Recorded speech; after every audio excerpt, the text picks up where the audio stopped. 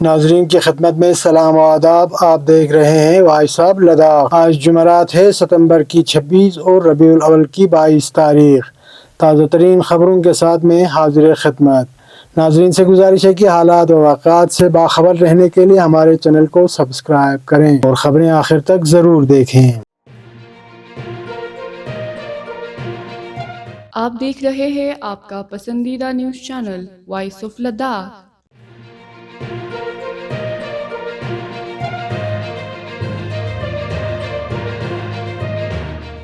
Kargil Democratic Alliance کی کاروان برائے بحالی جمہوریہ کو آج ہل کونسل کارگل کے سربراہ ڈاکٹر محمد جعفر آخوند نے کونسل سیکریٹریٹ سے 10 بجے جھنڈی دکھا کر روانہ کیا۔ کاروان سجاد کرگلی اور سجاد خان کی قیادت میں اپنے 4 مانگوں کے حق میں نعروں کی گوش میں روانہ ہوئے، جو سرینگر اور جموں سے ہوتے ہوئے چندی گڑھ میں ایپیکس کے کاروان میں شامل ہو کر دلی کی جانب مارچ کریں گے۔ KDA کے کور چیئرمین حاجی اصغر علی کربلائی نے بتایا کہ 28 ستمبر کو کاروان کا دوسرا قافلہ 150 افراد پر مشتمل ہوگا دلی کے لیے روانہ ہوں گے۔ اس سلسلے میں مزید تفصیلات کے ساتھ حاجی اصغر علی کربلائی و سماجی کارکن سجاد کرگلی۔ الرحمن الرحیم۔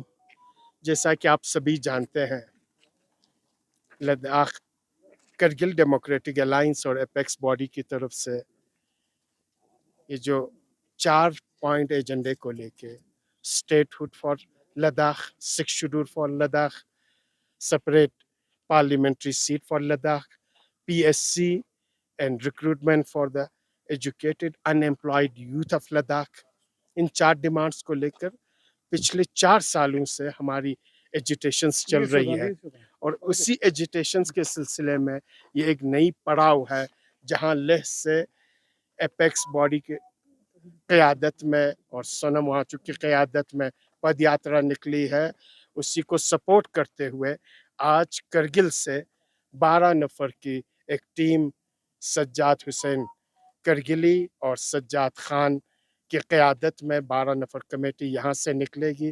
سیدھا یہ ٹیم چندی گڑھ میں پد یاترا جو وہاں پہ ہماری چل رہی ہے ایپیکس کی قیادت میں، ان کو جوائن کریں گے اور وہاں سے ٹورڈز دلی مارچ کرے گی۔ ایک پیغام یہ دینا چاہتے ہیں ہم اس پورے کاروان کے تھرو، وہ یہ کہ ہماری سرکار سے کوئی لڑائی نہیں ہے، ہم سرکار سے نفرت نہیں کرتے، ہم سرکار کے ساتھ مل کے کام کرنا چاہتے ہیں اور اس دیش کو مضبوط کرنا چاہتے ہیں، لوکتنتر کو مضبوط کرنا چاہتے ہیں۔ اس لیے ہم اپنا پیغام سرکار تک پہنچانے کے لیے یہاں سے نکلے ہیں کہ دیکھیے لداخ کے لوگ، آج جموں کشمیر میں اسمبلی الیکشنز ہو رہے ہیں، تو لداخ کے لوگ بھی چاہتے ہیں کہ ڈیموکریسی کا لابھ اٹھائے۔ آپ لوگوں نے ہم سے وعدہ کیا تھا کہ لداخ کو امپاور کریں گے، ان 4 سالوں میں ایک بھی گیزیٹڈ پوسٹ کی جاب لداخ کے لوگوں کو نہیں ملی ہے۔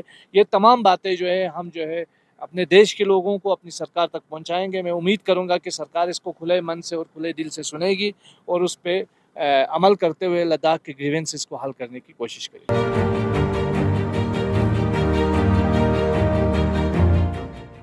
جنرل ایڈمنسٹریشن UT لداخ نے 5 نئے اضلاع کی تشکیل سے متعلق مختلف پہلوؤں کا جائزہ لینے کی خاطر ایک کمیٹی تشکیل دی ہے، جو ہیڈ کوارٹر، حدود، انتظامی ڈھانچہ، نشستوں کی تخلیق اور دیگر پہلوؤں پر جائزہ لینے کے بعد 3 مہینوں میں اپنے سفارشات اور رپورٹ پیش کریں گے۔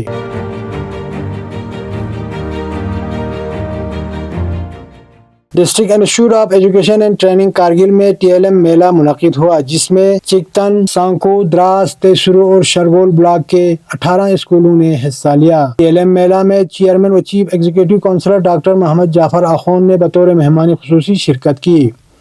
اپنے خطاب میں انہوں نے حصہ لینے والے اسکولوں کے کاوشوں اور اساتذہ کے جوش و جذبے کی تعریف کی۔ انہوں نے تعلیم کے معیار کو بہتر بنانے اور تدریس کے لیے تخلیقی نظر کو فروغ دینے کے لیے ایسے اقدامات کی اہمیت پر زور دیا۔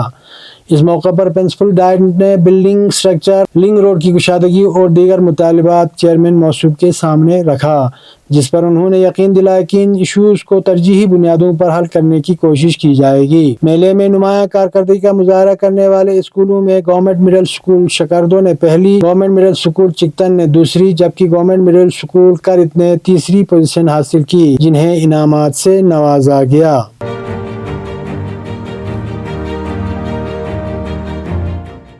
SDM کھلسی کنیز فاطمہ کی قیادت میں سوچھتا ہی سیوا مہم کے تحت تحصیل آفس کمپلیکس اور ٹریجری آفس کے احاطے کے ساتھ آس پاس کی صفائی کی گئی۔ اس دوران مڈل اسکول تکما چک میں سوچھتا ہی سیوا مہم کے بینر تلے ثقافتی پروگرام کا بھی اہتمام ہوا، جس میں مڈل اسکول تغمچک کے اسٹاف کے ساتھ ساتھ گاؤں والوں کی بڑی تعداد نے شرکت کی۔ نوڈل آفیسر، پنچایت سیکریٹری، سابق پی آر آئی ممبران بھی اس تقریب کے دوران موجود تھے۔ اب پیش ہے قومی و بین الاقوامی خبریں۔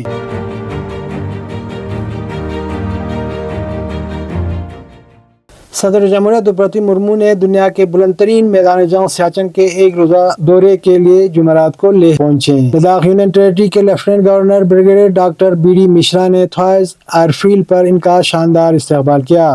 اس دوران صدر مرمو سیاچن بیس کیمپ کا دورہ کریں گی اور وہاں تعینات فوجی جوانوں کے ساتھ بات چیت بھی کریں گی۔ صدر مرمو نے سال گزشتہ ماہ اکتوبر میں سیاچن کا دورہ کیا تھا اور وہاں مختلف پروگراموں میں شرکت کی تھی۔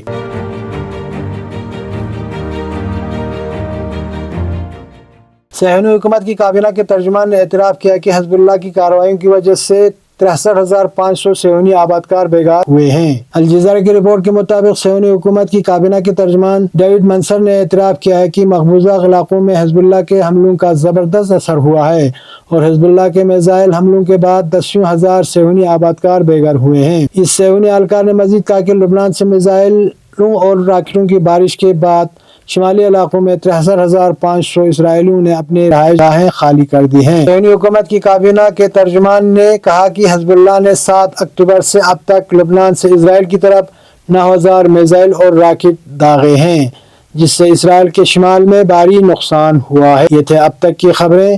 مجھے اور میرے ساتھیوں کو دیجیے اجازت۔ اللہ حافظ۔